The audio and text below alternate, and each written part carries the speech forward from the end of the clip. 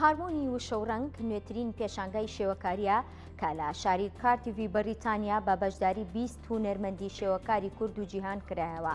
ئامانج لەم پێشانگایە بەرز ڕاگررتنی یادی عەبدوڵڵا گۆرانی شاعیرە کە هۆنراوەکانی بوونەتە ئیلهامبەخشی هونەرمەندانی بەشدار بوو.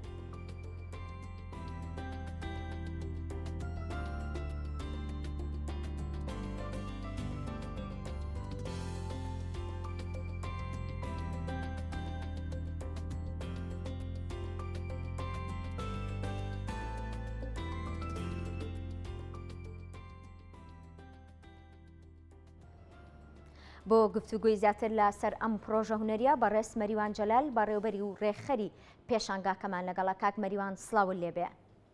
سڵاو سەسەنخان، سپاس بۆ ئێوە. زۆر سپاس. هارمۆنی وشە و ڕەنگ ئیلهامی لە شێعرەکانی شاعری هاوچەرخی کورد عەبدوڵڵا گۆرانەوە وەرگرتووە.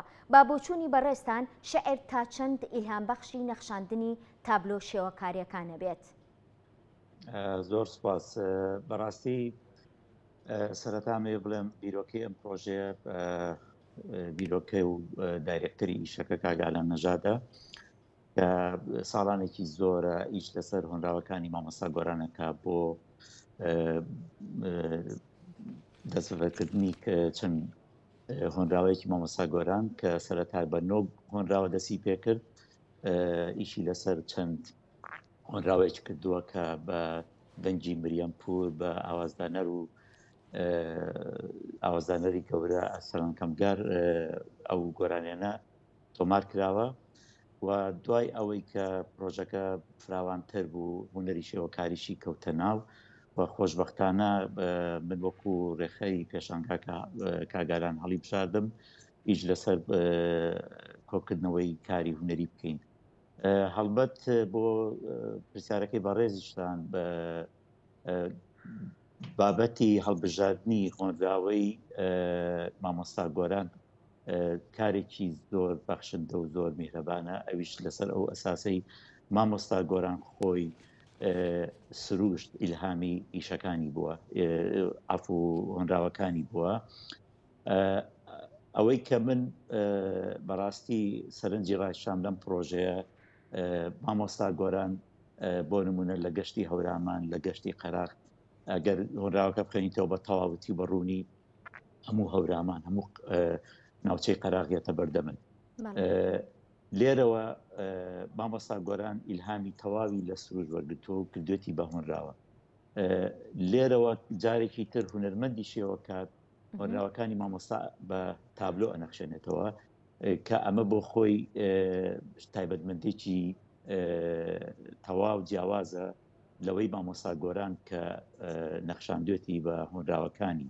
چکە مامۆستا گۆران لە سروشتەوە کردێتی بە بڵین بە وشە، جارێک تر هونەرمەندی شێوەکار هۆنراوانی کردوێتەوە بە تابلۆ، بەڵام لێرە هونەرمەند حزر و بیرۆکەی خۆی تەکنیکی خۆی لە ئیشەکە بە جیاوازی و بە ئەزبوونی خۆی دەسەبەر کردووە. بەڵێ کاک مەریوان، پەیوەندی نێوان شەعر و شێوەکاری لە چیدا بەرجەستە دەبێت؟ عەفوت، بەڵێ پەیوەندی نێوان شێعر و شێوەکاری لە چیدا بەرجەستە دەبێت؟ بەڕاستی ئەگەر بەڕوونی بڵێم لەوانەیە لە سەرنجامە هەردووکی یەک بگرێتەوە، بەڵام ئەمیان بە وشە و ئەویان بە ڕەنگ. هەر چۆن ئێستا بۆ نمونە هەر چۆن ڕاوێکی مامۆستا گۆران وەربگریت کە بۆ خۆی تابلوێتکە، ینی بۆ خۆی ئەتوانی تابلوێشی لە دروستکەیت کە لە هەموو هۆنراوێکی مامۆستا گۆران لەوانەیە بۆ هۆنراوی مامۆستا شێرکۆبێکەشی جوابێ، بۆ هۆنراوی لە تیڤەڵمەتی جوابێ، بەڵام ئێمە زیاتر بەڕاستی وەکوتم بابەتەکە و پرۆژەکە هەمووی لەسەر مامۆستا گۆرانە. لەوێەوە ئێمە یەکەگرینەوە بەڕاستی ئەگەر هەر تابلوێک لەم تابلوانەی هونەرمەندانی کە بەشدارن لەم پێشانگایە بۆ خۆی ئەو بەرجەسەی تایە کە ناکرێ بڵێم وەرجێڕانێکی تەواوی هۆنراوەکەیە. بۆ نمونە ئەگەر کاری هونەرمەندێکی یەکێک لەو هونەرمەندانە وەرگری لەوانەیە لە چەند خاڵێکە لەگەڵ مامۆستا گۆران یەک بگرێتەوە باقی ئیلهامی خۆی هونەرمەندەکەی بەشداری پێکردووە.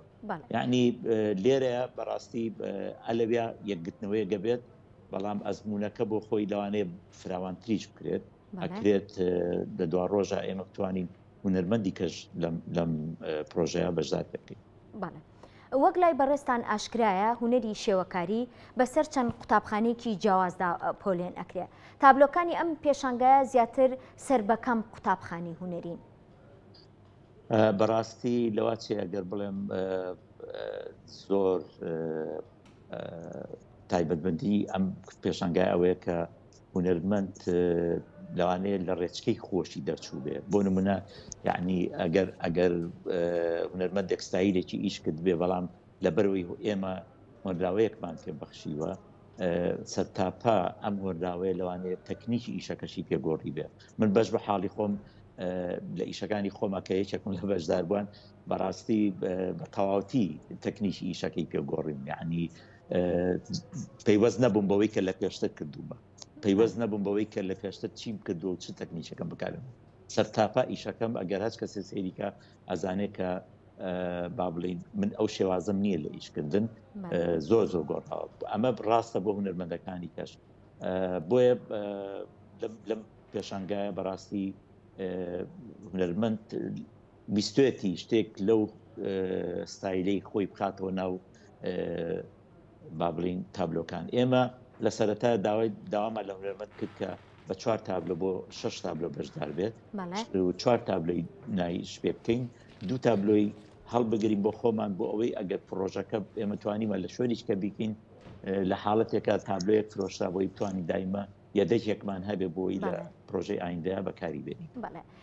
کاک مەریوان، شێوەکاری ئیسپانی پیکاسۆڵێت وێنەکردن شێوازێکی تری نووسینەوەی بیرەوەریەکانە.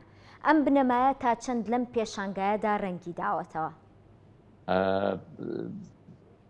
ئەکرێ بڵێم ڕاستە، یعنی بەڕاستی چونکە ئێمە لەوانەیە ئێمە بیرەوەری کەسێک کە بنووسینەوە، ینی مامۆستا گۆران کە ئیلهام بەخشی ئەم پرۆژەیە بەڕاستی ئێمە لەسەر هەموو هۆنداوەکانی مامۆستا گۆران ئیشمان کردووە.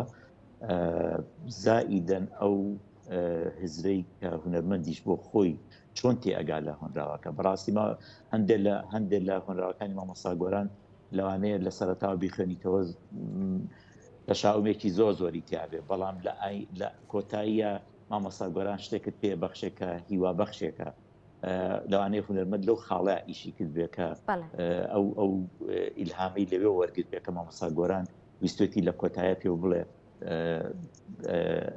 ڕاستە من تەشاؤمێکم باس کردووە بەڵام ئەمە دەرەنجامەکەیەتی. بەڵێ مەرج نییە هەموو شاعرێک هونەرمەند بێت. ئاخۆ هەموو هونەرمەندێکی شێوەکار بە دیاریکراوی شاعرە یاخود هەستێکی شاعیرانەی تایە؟ ئەکرێ بەڵێ زۆر لەو هاوڕێیانەی کە من لە نزیکەوە ناسم بەڕاستی لەگەڵ تابلۆکانیانە هۆنراوە ئەنووسن. یعنی پێ ئەچێت هەر لە ئەو توانایە بەڕاستی وەکو چۆنەڵی لە سەرەتاوە لەگەڵ یا ژیا بێ بەڵام پێی نەزانی بێ هەتاکو نەچوو بێتە ناو بوارەکەەوە. زۆر لەو هاوڕێیانە کە نزیکی خۆ من بەڕاستی یەکێ لەوانە لە کۆتاییانەیە دکتۆر ڕێوار سەعید بەڕاستی ئەو کەتەلۆکی کە بەردەستم کەوت تەواوی کەتەلۆکە هەموو هۆنراوەیە و لەگەڵ تابلۆکانی خۆی. بەڵێ کاک مەریوان جەلال سپاس کە ڕاستەوخۆ لەگەڵمان بووی، هیوای سەرکەوتنتان بۆ خوازم.